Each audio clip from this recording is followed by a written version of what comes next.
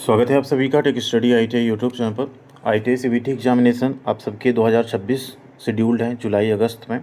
उसमें workshop calculation and science first year सभी trade के लिए आज ये अंतिम क्लास है, क्लास 3 टॉपर सीरीज। इसका हमने नाम इसलिए रखा है क्योंकि अगर आप ये तीनों क्लास देख लेते हैं तो आप आसानी से आपके जो 6 मल्टीपल चॉइस क्वेश्चंस आएंगे WCS के, उसको पूरा आप सही कर पाएंगे, क्योंकि इन तीनों क्लास के बाहर से एक भी क्वेश्चन आपको नहीं मिलेगा।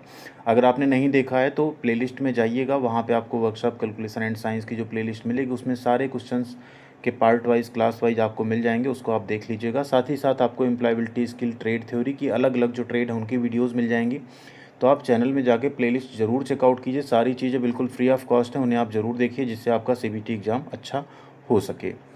6 MCQ इसमें से पक्का आएगा, आप सबको पता है। जो ट्रेड थ्योरी आपकी होती है उसमें 38 + 6 + 6 6 क्वेश्चन मैथ के, 6 ड्राइंग के और 6 आपके होते हैं, और सॉरी 38 होते हैं आपके ट्रेड थ्योरी के। तो वीडियो आप लोग प्लीज़ लाइक ज़रूर कीजिएगा, चैनल को सब्सक्राइब नहीं किया तो करके इस तरीके से बेल आइकन को दबा लीजिएगा जिससे आपको सारी अपडेट मिलती रहे हमेशा, जॉब की एंड अप्रेंटिसशिप की भी पढ़ाई के साथ साथ। इसके अलावा आप tech study ITI Telegram channel में नहीं जुड़े हैं तो जुड़ जाइएगा, कमेंट सेक्शन में आपको लिंक मिल जाएगी पहले नंबर पे, वहाँ आपको इसका हम PDF भी शेयर कर देंगे। और आप हमारा ऐप डाउनलोड कर सकते हैं प्ले स्टोर से, वहाँ पे आपको सिर्फ और सिर्फ 29 रुपये में सारी टेस्ट सीरीज मिल जाएंगी अलग अलग चीज़ों की, उसे आप ज्वाइन कर सकते हैं अपनी CBT एग्ज़ाम की बेहतरीन तैयारी के लिए। तो ज़रूर जाके एक बार चेकआउट कीजिएगा। क्वेश्चन नंबर 27 तक हम लोग क्लास 2 में कर चुके थे, आज स्टार्ट करेंगे क्वेश्चन नंबर 28 से। तो क्वेश्चन नंबर 28 यहाँ पे है, what is the area of a rectangle. Rectangle माने क्या होता है, आयत, ठीक है, जिसकी आमने सामने की भुजाएं क्या होती हैं, बराबर होती हैं। Whose length and breadth are 10 centimetre and 8 centimetre. Length दिया है 10 सेंटीमीटर और चौड़ाई दिया कितना, 8 सेंटीमीटर। इसका आपको क्षेत्रफल निकालना है। आयत का क्षेत्रफल एरिया बराबर होता है L × B, ठीक है। L कितना है 10 और B कितना है 8, तो 10 और 8 को मल्टीप्लाई करेंगे कितना हो जाएगा, 10 × 80, 80 सेंटीमीटर स्क्वायर, 80 सेंटीमीटर स्क्वायर यहाँ पे आपका राइट आंसर हो जाएगा, ठीक है। तो आयत के क्षेत्रफल से ऐसे आते हैं, कई बार क्षेत्रफल दे देता है, ठीक है, और कोई एक भुजा दे देता है, एक आपको निकालना रहता है, या कई बार परिमाप क्षेत्रफल दे देता है, आपसे भुजाएं पूछ लेता है। तो आयत का जो परिमाप होता है, पेरीमीटर होता है, वो होता है 2 × L + B, ठीक है। ये भी फॉर्मूला आप याद रखिए। एरिया क्या होता है, L × B, ठीक। तो ये सारे फार्मूले आपको क्या करना है, याद रखना है। अगला क्वेश्चन यहाँ पे कह रहा है, what is the name of the fixed और supporting point of a lever. एक जो लीवर होता है ना, लीवर आप सबने पढ़ा होगा, जिसे हिंदी में कहते हैं उत्तोलक।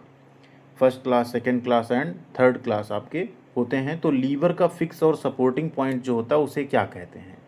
तो लीवर आप देख सकते हैं यहाँ पे एक तरह का उत्तोलक है, जिसमें एक तरफ एफर्ट होता है, एक तरफ लोड होता है, और बीच में एक होता है पॉइंट जिसका यहाँ नाम बोला ना सपोर्टिंग पॉइंट या फिक्स पॉइंट। इसी को हम लोग कहते हैं फलक्रम। क्या कहते हैं, फलक्रम। तो ऑप्शन नंबर B आपका यहाँ पे राइट आंसर हो जाएगा क्वेश्चन नंबर 29 का। ये फिगर ऐसा आपको मिलेगा नहीं, एक्चुअल में आपके लिए हमने लगाया हुआ है। इसमें एक ऑप्शन आ रहा है मैकेनिकल एडवांटेज, एफर्ट, लोड। तो लोड ये हो गया, एफर्ट ये हो गया, फलक्रम ये हो गया, ठीक है। तो राइट आंसर आपका क्या हो गया, फलक्रम। इसी फलक्रम, लोड एंड एफर्ट की पोजीशन के आधार पे लीवर क्लासीफाई होता है फर्स्ट, सेकेंड एंड थर्ड में, जो कि आगे हम आपको समझाने वाले हैं। आगे बढ़ते हैं। अगला क्वेश्चन फिर से ही है, what the distance of the load from the fulcrum called. अब ध्यान दीजिए, लोड, ये लोड है, ये फलक्रम है, इन दोनों के बीच की जो डिस्टेंस होती है उसको हम लोग बोल देते हैं लोड आर्म। क्या बोल देते हैं, लोड आर्म। और एफर्ट और इसके बीच में जो दूरी होती है उसको क्या बोल देते हैं, एफर्ट आर्म, ठीक है। एफर्ट को बोलते हैं आयास और लोड को बोलते हैं भार। तो इसे हम लोग क्या कहेंगे, लोड आर्म। लोड और फलक्रम के बीच की दूरी क्या हो गई, लोड आर्म, और वो हो जाएगी आपकी एफर्ट आर्म। राइट आंसर क्या हो गया आपका, लोड आर्म। नेक्स्ट है question, which is an example of a first order liver. First order, अब यहाँ बोल रहा है फर्स्ट ऑर्डर लीवर का आपको एग्जाम्पल बताना है, क्या है, तो वो होता है पेयर ऑफ सीजर्स। अब आपने कैंची देखी होगी, कैंची कैसी होती है, कुछ इस तरह की होती है, ठीक। यहाँ इस तरह गोल गोल बने होते हैं, ये होता है बीच में फलक्रम जिसे कहते हैं, ठीक। आप यहाँ क्या लगाते हैं अपने हाथों से, लोड, ठीक है। और यहाँ आपका क्या होता है, जो कपड़ा रखा होता है जिस पे आप लोड अप्लाई करते हैं, सॉरी, ये हो जाता है आपका एफर्ट और ये हो जाता है लोड। तो कैंची आपकी क्या हुई, फर्स्ट ऑर्डर लीवर हुई, जिसमें आपका जो लोड है, ठीक, वो एक तरफ और एफर्ट एक तरफ हो, बीच में फलक्रम हो, उसे हम लोग कहते हैं फर्स्ट ऑर्डर लीवर। और उसका एग्जाम्पल क्या है, कैंची, ठीक है। ये यहाँ समझ लीजिए, जो फर्स्ट क्लास का लीवर होगा उसमें क्या होगा, फलक्रम बीच में होगा, ठीक, एक तरफ लोड होगा, एक तरफ आपका एफर्ट होगा, यानी आउटपुट एक तरफ इनपुट होगा।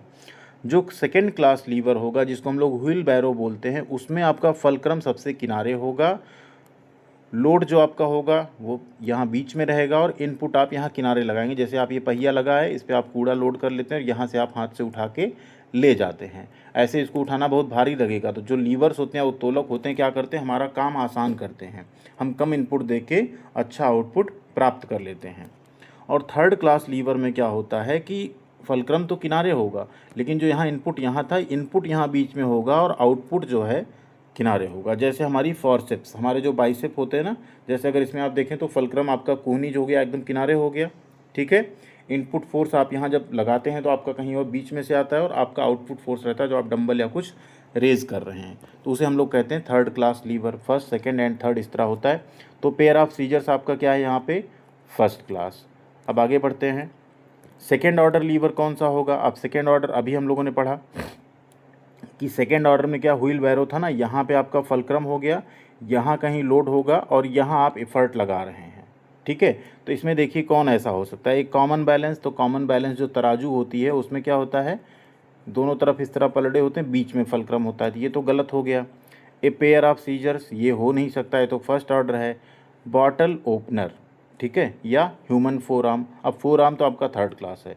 तो बॉटल ओपनर जो होता है आपने देखा होगा कुछ इस तरह से बना होता है और यहाँ, ठीक है, ये आपका फलक्रम हो जाता है, यहाँ आपका आउटपुट फोर्स मिलता है, यहाँ से आप इनपुट लगाते हैं, बॉटल का ढक्कन खुल जाता है, तो उसे हम लोग क्या कहेंगे, बॉटल ओपनर आपका सेकेंड ऑर्डर का लीवर हो गया। नेक्स्ट है which is example of third order liver. अब तृतीय ऑर्डर का क्या है, तो फॉरसेप्स। अभी हमने बताया ना, आपके जो बाइसेप्स या फॉरसेप्स हैं वो फॉरसेप्स, जिसे हम आर्म कहेंगे, बाइसेप तो ऊपर का पोर्शन हो जाता है, कोहनी के नीचे का हिस्सा, जो फॉरसेप्स हैं इन्हें हम लोग क्या कहते हैं, थर्ड ऑर्डर का लीवर कहते हैं, ठीक है। तो राइट आंसर हो गया ऑप्शन नंबर बी। नेक्स्ट है question, which is equal to sine theta. Sine theta किसके बराबर होता है, तो साइन थीटा आप सबको पता है, एक फार्मूला आप सब ने यहाँ पढ़ा होगा शॉर्टकट में, तो ये हिंदी का फार्मूला रहता है, उसी से आप इंग्लिश भी मिला सकते हैं अपना, LAL/KKA। तो साइन थीटा क्या होता है, L/K, यानी लंब और कर्ण, ठीक है। तो लंब को एक्चुअल में क्या बोलते हैं हम लोग यहाँ पे, अपोजिट साइड, ठीक है, क्या बोलते हैं, अपोजिट साइड। जैसे ऐसा कोई एक ट्रायंगल है मान लो, ठीक है, ये इसका कर्ण यानी K हो गया, जिसे हाइपोटेनस बोलते हैं, ये इसका बेस हो जाता है, ठीक, या एडजेसेंट साइड जो कह लो, ये इसकी अपोजिट साइड हो जाती है। तो ये और ये, इन दोनों का रेशियो जो होता है वो क्या होता है, साइन थीटा के बराबर होता है, ठीक है। तो राइट आंसर क्या हो गया आपका, अपोजिट साइड अपन हाइपोटेन्यूस यानी विपरीत भुजा बटे कर्ण is equal to sine theta. अगला क्वेश्चन है, what the value of tan 45 if sin 45 is equal to 1/√2। अब यहाँ देखो दो तरीके हैं निकालने के। अगर ये कह रहा है कि साइन थीटा 1/√2 है, मतलब साइन थीटा लंब बटे कर्ण होता है, तो ये हो गया 1/√2, ये हो गया 1 और ये हो गया √2। एक तो ऐसे निकालते हैं, एक आपको टेबल याद हो तो आप डायरेक्ट tan 45 निकाल सकते हैं, दूसरा इस तरीके से आप निकाल सकते हैं, ये 1 हो गया, ये 2 हो गया। अब इसकी वैल्यू क्या हो जाएगी, √2 का स्क्वायर यानी 2 और -1 का स्क्वायर 1 बराबर 1, यानी इसकी वैल्यू कितनी हो गई, 1। अब जो tan थीटा होता है वो होता है लंब बटे आधार, ठीक है, क्या होता है, लंब बटे आधार। तो 1/1 कितना आएगा, 1, यानी tan 45 का मान कितना हो जाएगा, 1 हो जाएगा, ठीक है। नेक्स्ट चलते हैं क्वेश्चन पे। अगला क्वेश्चन है आपका, what is the known for the temperature at which any solid melts into liquid. उस तापमान को क्या कहा जाता है जिस पर कोई ठोस पिघल कर द्रव में बदल जाता है। ठोस जब द्रव में बदलेगा तो उसे हम लोग कहते हैं मेल्टिंग पॉइंट। क्या कहते हैं, मेल्टिंग पॉइंट यानी गलनांक, ठीक है। और जब वो द्रव जो होता है उबलने लगता है उसको हम लोग बोलते हैं बॉइलिंग पॉइंट, जहाँ उसकी अब द्रव से वो गैस बनने के फॉर्म में लगभग पहुँचने लगता है। तो यहाँ गलनांक क्या हुआ, गलन अंक, यानी जिससे सॉलिड मेल्ट होकर किस में बन रहा है, लिक्विड में। तो ऑप्शन नंबर बी आपका यहाँ पे सही हो जाएगा, मेल्टिंग पॉइंट यानी गलनांक। अगला क्वेश्चन है, what the perimeter of a rectangle whose length and breadth are 20 centimetre and 18 centimetre. हमने पहले भी आपको बताया था पेरीमीटर से क्वेश्चन आ सकता है, ये क्वेश्चन पूछा जाता है बार बार। यहाँ लेंथ कह रहा है 20 है और चौड़ाई है 18। तो पेरीमीटर P इक्वल टू क्या होता है, 2 × L+B। पेरीमीटर बेसिकली होता है परिमाप, यानी यहाँ यहाँ यहाँ यहाँ पूरा मिला के। तो लंबाई 2 बार आ रही तो 2 × L हो गया, चौड़ाई भी 2 बार आ रही तो 2 × B हो गया, तो 2 कॉमन हो गया, L+B। अब 2l+b कितना हो जाएगा 20 + 18, 20 + 18 कितना होता है 38, 38 को 2 में मल्टीप्लाई करेंगे कितना आ जाएगा 38 दूनी 76। तो राइट आंसर क्या हो गया 76 सेंटीमीटर। अब चूंकि ये परिमाप है, ये लंबाई में ही नापा जा रहा है, सेंटीमीटर है, उसी यहाँ जब एरिया में दोनों का गुणा करते हैं तो वो सेंटीमीटर स्क्वायर हो जाती है उसकी यूनिट। तो ये हो गया आपका राइट आंसर यहाँ पे 76 सेंटीमीटर। अगले क्वेश्चन पे चलते हैं। क्वेश्चन है what the product of 0.003 into 0.5। यहाँ कह रहा है कि अगर हम 0.003 और 0.5 को मल्टीप्लाई करें तो कितना आएगा। तो हम क्या करते हैं 5 और 3 को मल्टीप्लाई करके 15 लिख लेते हैं। अब 1 2 3 4, 4 अंक पे दशमलव लगना है, 1 2 है यहाँ पे, 2 जीरो बढ़ा लेंगे और पॉइंट लग जाएगा 0.0015। ठीक है, कहाँ है देखिए ऑप्शन नंबर बी 0.0015 आपका राइट आंसर हो जाएगा। अगला क्वेश्चन है convert 0.456 decimal fraction into percentage. यहाँ ये कह रहा है कि जो 0.456 एक दशमलव भिन्न है, 0.456 क्या है दशमलव भिन्न है, उसे आपको परसेंटेज में बदलना है। तो क्या करते हैं हम लोग 100 से कर देते हैं मल्टीप्लाई। ठीक है, दशमलव भिन्न को परसेंटेज में बदलना हो तो 100 से कर देते हैं मल्टीप्लाई। अब 100 से मल्टीप्लाई करेंगे तो 2 अंक क्या होगा खिसक जाएगा दशमलव, कितना आ जाएगा 45.6। ठीक है, तो कितना हो गया 45.6%। किसी भी दशमलव भिन्न को साधारण भिन्न में बदलना हो तो आप क्या करेंगे 100 से मल्टीप्लाई कर देंगे, और किसी साधारण को अगर दशमलव भिन्न में बदलना हो तो 100 से डिवाइड कर देंगे। ठीक है, ये होता है रूल। तो ऑप्शन कितना आ गया आपका ए 45.6 आपका यहाँ पे राइट आंसर होगा।